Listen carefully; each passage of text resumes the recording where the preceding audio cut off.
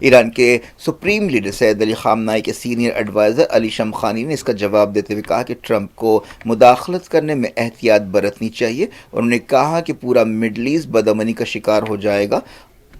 انہوں نے کہا کہ مڈل ایسٹ میں امریکہ کے سپاہی تعینات ہیں اور امریکہ کو اپنے فوجیوں کی حفاظت کی فکر کرنی چاہیے. ایسے الزامات ہیں کہ جمعرات کو ایران میں خراب معاشی صورتحال کے خلاف احتجاج کے دوران 6 لوگوں کی موت ہوئی ہے اور کئی زخمی ہوئے ہیں. ڈونلڈ ٹرمپ نے social media platform truth social پر لکھا کہ ایران گولیاں چلاتا ہے یا پرامن احتجاجیوں کو ہلاک کرتا ہے جو اس کی روایت ہے تو امریکہ انہیں بچانے کے لیے آئے گا. ایران کی سپریم نیشنل سیکیورٹی کونسل کے سیکریٹری نے واشنگٹن کو خبردار کرتے ہوئے کہا کہ ٹرمپ کو کسی بھی مداخلت کے نتیجوں کو اچھی طرح سمجھ لینا چاہیے. انہوں نے امریکی عوام سے خطاب کرتے ہوئے کہا کہ انہیں یہ معلوم ہونا چاہیے کہ یہ ٹرمپ کی مہم پسندی ہوگی. انہیں اپنے سپاہیوں کی حفاظت کی فکر کرنی چاہیے. انہوں نے کہا کہ ایرانی عہدیدار جائز معاشی تکلیفوں اور سبوتاژ کی کارروائیوں کے درمیان فرق کو سمجھتے ہیں. انہوں نے کہا کہ ایرانی اچھی طرح سے جانتے ہیں کہ امریکہ نے کس طرح عراق سے لے کر افغانستان تک اور غازہ تک لوگوں کو بچایا ہے. امریکہ کی کسی بھی دخل اندازی کا منہ توڑ جواب دیا جائے گا. ایران کی قومی سلامتی ایک ریڈ لائن ہے. خامنائی کے ایڈوائزر علی لاری جانی نے امریکہ کو امریکی مداخلت کے بعد خطے کی صورتحال کے تعلق سے خبردار کیا. انہوں نے لکھا کہ ٹرمپ کو معلوم ہونا چاہیے کہ امریکہ کی مداخلت کا مطلب یہ ہے کہ پورے خطے میں بدامنی پیدا ہوگی اور امریکہ کے مفادات تباہ ہو جائیں گے. امریکی صدر نے اپنے پوسٹ میں یہ نہیں بتایا کہ ایرانی عہدیداروں کے خلاف امریکہ کیا کارروائی کر سکتا ہے. ایران کے صدر مسعود پزشکیان نے کہا ہے کہ وہ احتجاجیوں کی جائز مطالبات کو سنیں گے، لیکن ایران کے پروسیکیوٹر جنرل محمد مواہدی آزاد نے وارننگ دی ہے کہ استحکام بگاڑنے کی کسی بھی کوشش سے فیصلہ کن انداز میں نمٹا جائے گا. ایران کے اٹارنی جنرل نے امریکہ کی پابندیوں کی مذمت کرتے ہوئے کہا کہ امریکہ نے ان پابندیوں کے ذریعے خود ایرانیوں کی زندگیوں کو مشکل بنایا ہے. جون 2025 میں امریکہ نے ٹرمپ کے حکم پر ایران کی نیوکلیئر سائٹس پر حملہ کیا تھا. امریکی عہدیداروں نے بعد میں کہا تھا کہ ان حملوں کے ذریعے ایران کے نیوکلیئر پروگرام کو نقصان پہنچایا گیا ہے، لیکن ایران نے ایسے دعووں کو رد کر دیا. اس کے جواب میں ایران نے قطر میں امریکہ کے ایک فوجی اڈے پر میزائل حملہ کیا تھا. ایران میں پچھلے کچھ دنوں سے کرنسی میں ریکارڈ گراوٹ کی وجہ سے احتجاج شروع ہوا ہے. ایران میں مہنگائی اور کرنسی کی قدر میں تیزی سے گراوٹ کے خلاف پچھلے 5 دن سے احتجاج جاری ہے. ان مظاہروں کے دوران بعض جھڑپیں بھی ہوئی ہیں. ایرانی عہدیداروں نے کہا کہ ان جھڑپوں میں ریولیوشنری گارڈز کی بسیج فورس کا ایک والنٹیئر جاں بحق ہوا ہے. اسرائیل نے غازہ پٹی میں جنگ بندی سمجھوتے کی خلاف ورزیاں جاری رکھی. اس کے علاوہ موسم سے بھی انسانی حالات بد سے بدتر ہوتے جا رہے ہیں. اسرائیل کی فوج نے جبالیہ کیمپ میں شیل باری کی. اس کے علاوہ خان یونس میں بھی اسرائیلی ٹینکوں نے گولہ باری کی. اس دوران غازہ میں سخت سردی پڑ رہی ہے. خان یونس میں اسرائیلی فائرنگ میں ایک فلسطینی جاں بحق ہوا اور کئی زخمی ہوئے. مغربی کنارے میں بھی دھاوے جاری ہیں. ان دھاووں کے دوران کئی لوگوں کو گرفتار کیا گیا.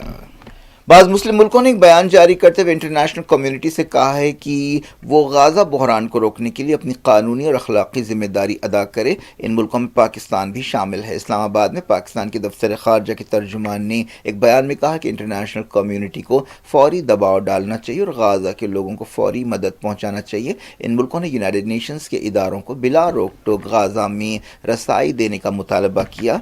اسرائیل نے حال ہی میں انسانی مدد پہنچانے والی بعض تنظیموں پر پابندی لگانے کا اعلان کیا تھا. پاکستان کے علاوہ 7 دوسرے ملکوں نے اس بیان پر دستخط کیے ہیں. سینٹرل غازہ میں ایک کیمپ میں آگ لگنے سے ایک فلسطینی عورت اور اس کا بچہ شہید ہو گئے. یہ واقعہ اسرائیل کی پابندیوں کی وجہ سے فلسطینیوں کے نازک اور غیر انسانی حالات کو ظاہر کرتا ہے. غازہ سول ڈیفنس نے بتایا کہ اس معاملے کی تحقیقات جاری ہے. اسرائیل نے ساؤتھ لبنان کے ایک مقام پر ایک اور حملہ کیا اور دعویٰ کیا کہ اس میں حزب اللہ کی ایک فورس کو نشانہ بنایا گیا. یہ بھی کہا گیا کہ اس حملے میں حزب اللہ کے ہتھیاروں کے ڈپو کو تباہ کیا گیا. اسرائیل جنگ بندی کی خلاف ورزیاں کرتے ہوئے لبنان میں اب تک سینکڑوں حملے کر چکا ہے.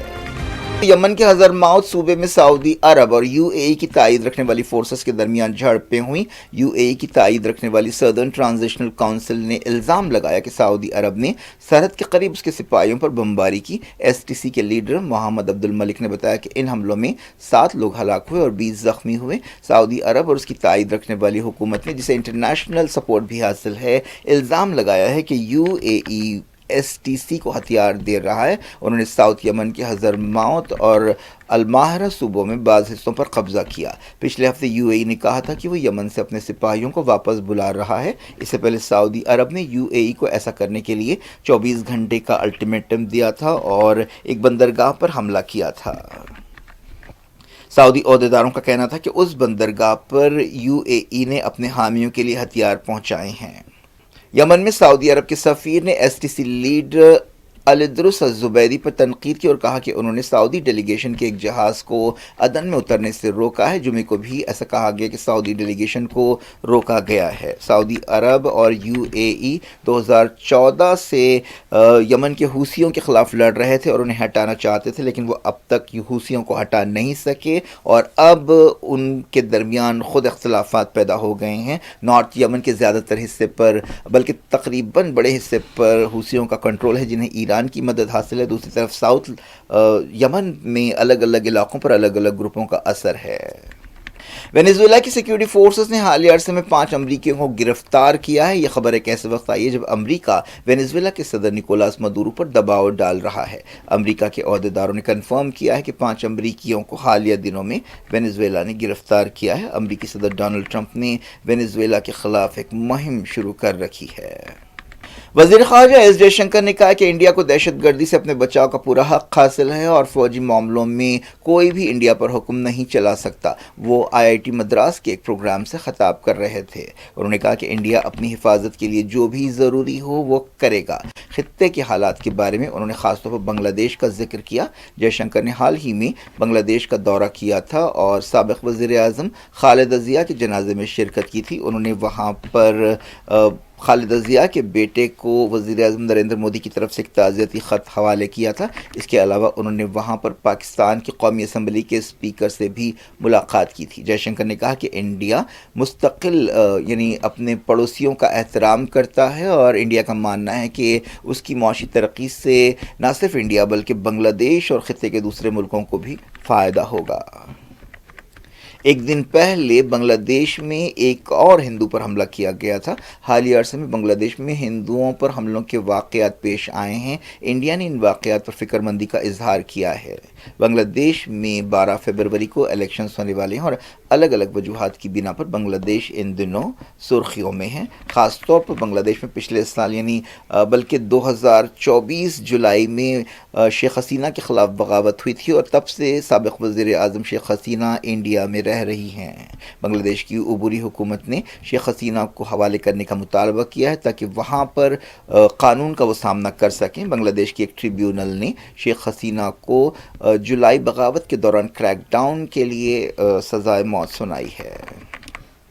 بنگلہ دیش کے اندور میں گندا پانی پینے سے مرنے والوں کی تعداد کم سے کم 10 ہو گئی ہے اور 1400 سے زیادہ لوگ بیمار ہوئے ہیں. گندا پانی پینے کی وجہ سے لوگ قے اور دست کا شکار ہو رہے ہیں. عہدیداروں نے اس بات کی تصدیق کی ہے. اس بحران سے ایک اہم مسئلہ وہاں پر نمایاں ہوا ہے اور عوام کافی غصے میں ہیں. اور تنقیدوں کے درمیان چیف منسٹر مدھیہ پردیش موہن یادو نے کہا کہ ذمہ دار بلدی عہدیداروں اور اندور کے سپرنٹینڈنگ انجینئر اور دوسرے عہدیداروں کے خلاف کارروائی کی جائے گی. Chief medical and health officer Indore Prasad Hasani نے کہا کہ سینئر ڈاکٹرز اور ڈسٹرکٹ ایڈمنسٹریشن کے عہدیدار صورتحال پر نظر رکھے ہوئے ہیں. اپوزیشن پارٹیوں نے مدھیہ پردیش کے اندور کے علاقے بھاگیرتھ میں پولیوٹڈ واٹر یا گندا پانی پینے کی وجہ سے یا آلودہ پانی پینے کی وجہ سے موتوں پر حکومت کو تنقید کا نشانہ بنایا ہے. ایک دن پہلے مجلس اتحاد المسلمین کے صدر اسد الدین اویسی نے بھی اس معاملے پر تبصرہ کرتے ہوئے کہا تھا کہ جو لوگ عوام کو صاف پینے کا پانی نہیں دے سکتے وہ خود کو وشو گرو قرار دے رہے ہیں. ہماچل پردیش میں ایک جنسی حملے کے بعد ایک کالج اسٹوڈنٹ کی موت ہو گئی ہے. اس واقعے کے سلسلے میں ایک پروفیسر اور 3 دوسروں پر الزامات لگائے گئے ہیں. مرنے سے پہلے لڑکی نے موبائل فون پر ایک ویڈیو بیان دیا. اس لڑکی نے بتایا کہ کس طرح